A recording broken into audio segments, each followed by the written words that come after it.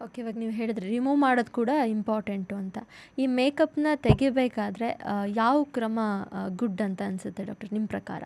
Makeup remove ಮಾಡುವಾಗ ಯಾವಾಗಲೂ first makeup remover ಅಥವಾ ಮೈಸೆಲಾರ್ ವಾಟರ್ ಇರುತ್ತೆ, ಅದರಿಂದ ರಿಮೂವ್ ಮಾಡಿ ಮತ್ತೆ ಫೇಸ್ ವಾಶಿಂದ ಫೇಸ್ ವಾಶ್ ಮಾಡಿ ಮತ್ತು ಮಾಯ್ಶ್ಚರೈಸ್ ಮಾಡಬೇಕು.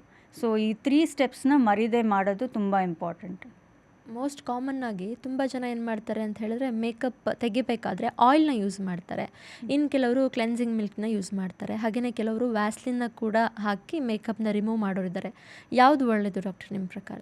ಯೂಶಲಿ ಮೇಕಪ್ ರಿಮೂವ್ ಮಾಡೋದಕ್ಕೆ ಕ್ಲೆನ್ಸಿಂಗ್ ಮಿಲ್ಕ್ ಎಲ್ಲ ರೀತಿಯ ಸ್ಕಿನ್ ಟೈಪ್ಸ್ಗೂ ಸೂಟ್ ಆಗುತ್ತೆ.